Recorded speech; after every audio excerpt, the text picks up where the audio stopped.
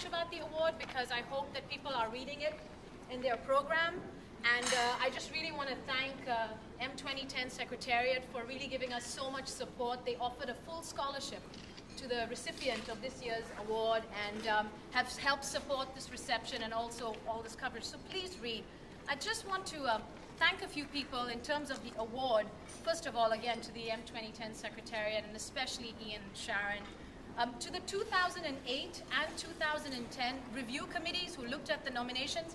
And for those of you who are in the room, can you raise your hand who are on the committees? Good. There you go. There you go. Thanks so much to the committees. And I also want to recognize the organizations that have given financial support to this award. FHI, AVAC, GCM, NAVMAS, UNAIDS, and OCISA. And the award committee members. The award committee members, can you also put your hands up?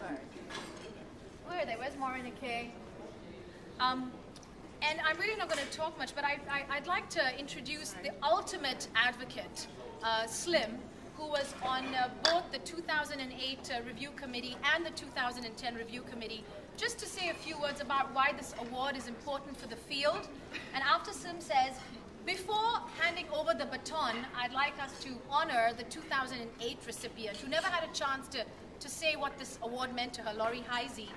And a spoiler, I'm not going to tell you who the 2010 recipient is. You're going to have to come to the closing ceremony to find that out. But Slim, if you can just talk about why this award is. Thank you very much, Manju. Well, it's been a long day, so I'm going to be very short. Can I just say that there are many unsung heroes when you are trying to go up a hill. And there are many people who make this journey up a hill possible in a way that makes it not only something that somebody that's assisting this process, but also one that's cheering, supporting, and actively rolling up their sleeves. And this award is really about acknowledging and celebrating that contribution to the microbicide field. And it's been fantastic to look at the applicants, the strength of what they've done, the scope of their contribution to the field. And I think it's probably simplest to say that there are sort of two broad groups of people among the applicants.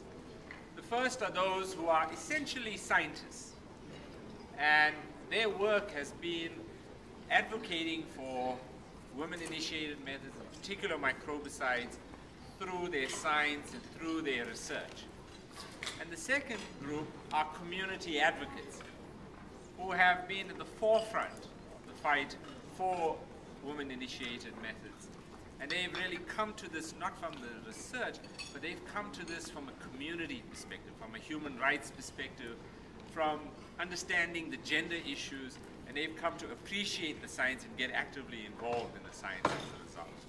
And it's always been a challenge to try and balance, each of these two groups of individuals.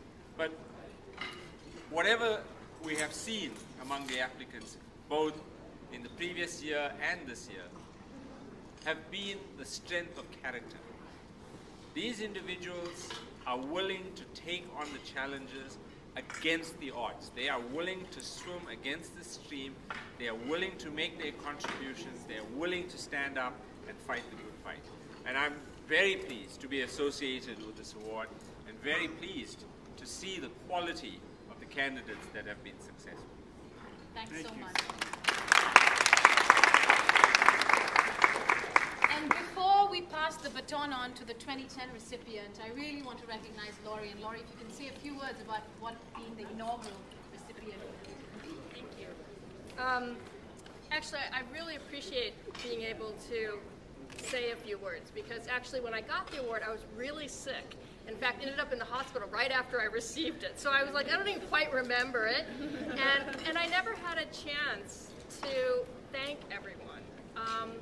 And I was thinking, a year ago, almost to the day, I think I stepped down as the director of the Global Campaign for Microbicides. And I am now at the London School of Hygiene and Tropical Medicine. And one of the things I had to do in making that transition is I had to write a CV, which I didn't have, because I've always just done activism and I've always done advocacy. And so, you know, they said this, you have to write down everything you've ever done, every paper and all this.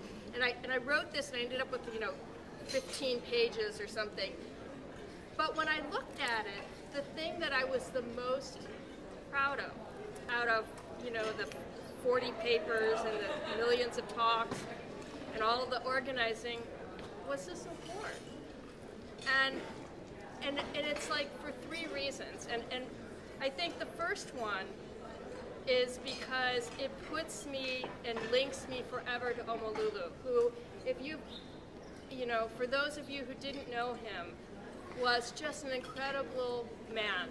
And I kind of like to think of myself as a moon, you know, the kind of, I'm the rock, but there's like this man who I get to reflect back now, the light and the vision that he had.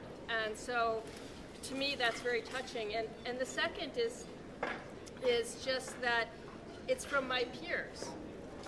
And, you know, so often we look up and we're looking for approval from, you know, the people who everyone looks to approval for. And what's really matter is that the people that you work with in the trenches recognize you in the trenches. And so for me, that there's nothing better. And the third thing is just to be sort of a symbol, because that's all I am. As the inaugural recipient, I am a symbol of the millions. I mean, there's thousands of people who have been working to create and co-create this field over the last 20 years. And I'm really honored to be that symbol, and I hope I can continue to contribute. And I want to thank you all very much. Thank